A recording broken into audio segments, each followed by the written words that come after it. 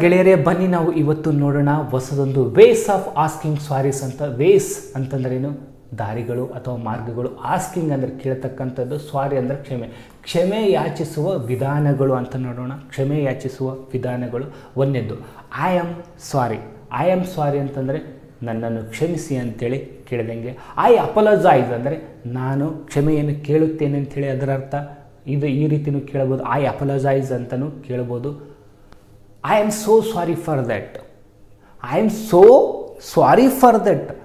ಅದಕ್ಕಾಗಿ ನನ್ನನ್ನು ಕ್ಷಮಿಸಿ ಅಂತ ಕೇಳಿದಂಗೆ ಹಿಂಗೂ ಕೇಳ್ಬೋದು. ಏನೋ ಒಂದು ಘಟನೆ ಆಗಿರುತ್ತೆ, ಆ ಘಟನೆಗೆ ನೀವು ಆ ಘಟನೆಗಾಗಿ I am so sorry for that ಅಂಥೇಳಿ ಕೇಳ್ಬೋದು. ಇನ್ನೂ ಒಂದು ಮೈ ಅಪಲಜೈಸ್, ಮೈ ಅಪಲೋಜೀಸ್ ಅಂತಂದರೆ ಏನಪ್ಪ, ನನ್ನನ್ನು ಕ್ಷಮಾಪಣೆ ಮಾಡಿ ನನ್ನನ್ನು ಕ್ಷಮಿಸಿ ಅಂಥೇಳಿ ಕೇಳಿದಂಗೆ ಹಿಂಗೂ ಕೇಳ್ಬೋದು. ಇನ್ನೂ ಒಂದು ರೀತಿ ಬರುತ್ತೆ, I am really sorry for the mistake. ಆದ ತಪ್ಪಿಗಾಗಿ ನನ್ನನ್ನು ಕ್ಷಮಿಸಿ, I am really sorry for the mistake ಅಂತ ನಾವು ಕೇಳ್ಬೋದು. ಇನ್ನೂ ಒಂದು ಬರುತ್ತೆ, ಪ್ಲೀಸ್ ಫರ್ಗಿವ್ ಮೀ, ದಯವಿಟ್ಟು ನನ್ನನ್ನು ಕ್ಷಮಿಸಿ ಅಂತ ಕೇಳಿದಂಗೆ ಪ್ಲೀಸ್ ಫರ್ಗಿವ್ ಮೀ, ನನ್ನನ್ನು ಕ್ಷಮಿಸಿ. I regret that happened. ಏನು ರಿಗ್ರೆಟ್ ಅಂತಂದ್ರೆ ವಿಷಾದ ವ್ಯಕ್ತಪಡೋದು. ದೊಡ್ಡ ದೊಡ್ಡ ರಾಜಕಾರಣಿಗಳು ಒಂದೊಂದು ಸ್ಟೇಟ್ಮೆಂಟ್ ಕೊಟ್ಟಿರ್ತಾರೆ, ರಾಂಗ್ ಸ್ಟೇಟ್ಮೆಂಟ್ ಕೊಟ್ಟಿರ್ತಾರೆ ತಪ್ಪಾಗಿ. ಅಂಥ ಸಂದರ್ಭದಲ್ಲಿ ಯಾರಿಗಾದ್ರೂ ಮನಸ್ಸಿಗೆ ನೋವು ಉಂಟಾದರೆ ನಾನು ಸಾರಿ ಕೇಳೋ ಬದಲು ವಿಷಾದವನ್ನು ವ್ಯಕ್ತಪಡಿಸುವುದು, ಆ ರೀತಿ ಸಂದರ್ಭದಲ್ಲಿ ಇದನ್ನು ಬಳಸ್ತೀವಿ. ಐ ರಿಗ್ರೆಟ್ ದ್ಯಾಟ್ ಹ್ಯಾಪೆಂಡ್ ಅಂಥೇಳಿ ಹೇಳ್ಬೋದು. ಇದು ಕೂಡ ಸ್ವಾರಿ ಕೇಳಿದಂಗೆ, ಒಂದು ರೀತಿಯ ಪೊಲೈಟಾಗಿ ಸ್ವಾರಿ ಕೇಳಿದಂಗೆ ಇರಬೇಕು, ಬಟ್ ಕೇಳಲಾರ್ದಂಗೆ ಇರಬೇಕು ಅನ್ನೋ ಡಿಪ್ಲೊಮ್ಯಾಟಿಕ್ ಆಗಿರ್ತಕ್ಕಂಥ ಸಂದರ್ಭದಲ್ಲಿ ಇದನ್ನು ಬಳಸ್ತೀವಿ. ಇನ್ನೂ ಒಂದು, I didn't mean to hurt you. ನಾನು ನಿಮ್ಮನ್ನು ಹಾನಿ ಮಾಡುವ ಇಚ್ಛೆ ಇರಲಿಲ್ಲ.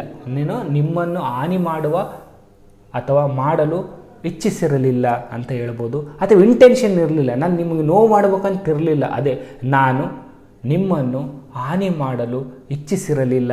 By accidentally it happened, I am not intended to do that ಅಂತ ಹೇಳ್ಬೋದು. ಇನ್ನೂ ಒಂದು, ಐ ಟೇಕ್ ಫುಲ್ ರೆಸ್ಪಾನ್ಸಿಬಿಲಿಟಿ.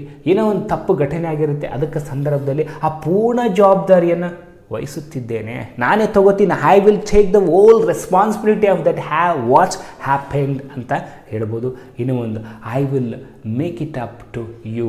ನಾನು ನಿಮ್ಮನ್ನು ಪ್ರತಿಪಾದಿಸುತ್ತೇನೆ. ಏನೋ ಒಂದು ಸರಿಯಾಗಿರುತ್ತೆ ಅಥವಾ ಏನೋ ಒಂದು ತಪ್ಪಾಗಿರುತ್ತೆ ಕೂಡ, ಆದರೂ ಕೂಡ ಪರವಾಗಿಲ್ಲ, ಅಥವಾ ನಿಮ್ಮನ್ನು ನಾನು ಪ್ರತಿಪಾದಿಸುತ್ತೇನೆ, ನಿಮ್ಮನ್ನು ಒಪ್ಪುತ್ತೇನೆ ಅನ್ನೋ ಒಂದು ಅರ್ಥದಲ್ಲಿ ಇದು ಆಸ್ಕಿಂಗ್ ದ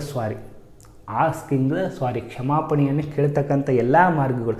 ಇವುಗಳನ್ನು ಪ್ರತಿನಿತ್ಯ ಒಂದು 5 ಸಾರಿ ಲೌಡಾಗಿ ಜೋರಾಗಿ ಪ್ರಾಕ್ಟೀಸ್ ಮಾಡಿದರೆ, ಒಂದೊಂದು 5 ಸಾರಿ ಪ್ರಾಕ್ಟೀಸ್, ಒಂದಿನ ಒಂದು ಹಾಫ್ ಆನ್ ಅವರ್ ಪ್ರಾಕ್ಟೀಸ್ ಮಾಡಿದರೆ ಸಾಕು, ಅಲ್ಲ ಒಂದು 15-20 ನಿಮಿಷ ಪ್ರಾಕ್ಟೀಸ್ ಮಾಡಿದರೆ ಸಾಕು.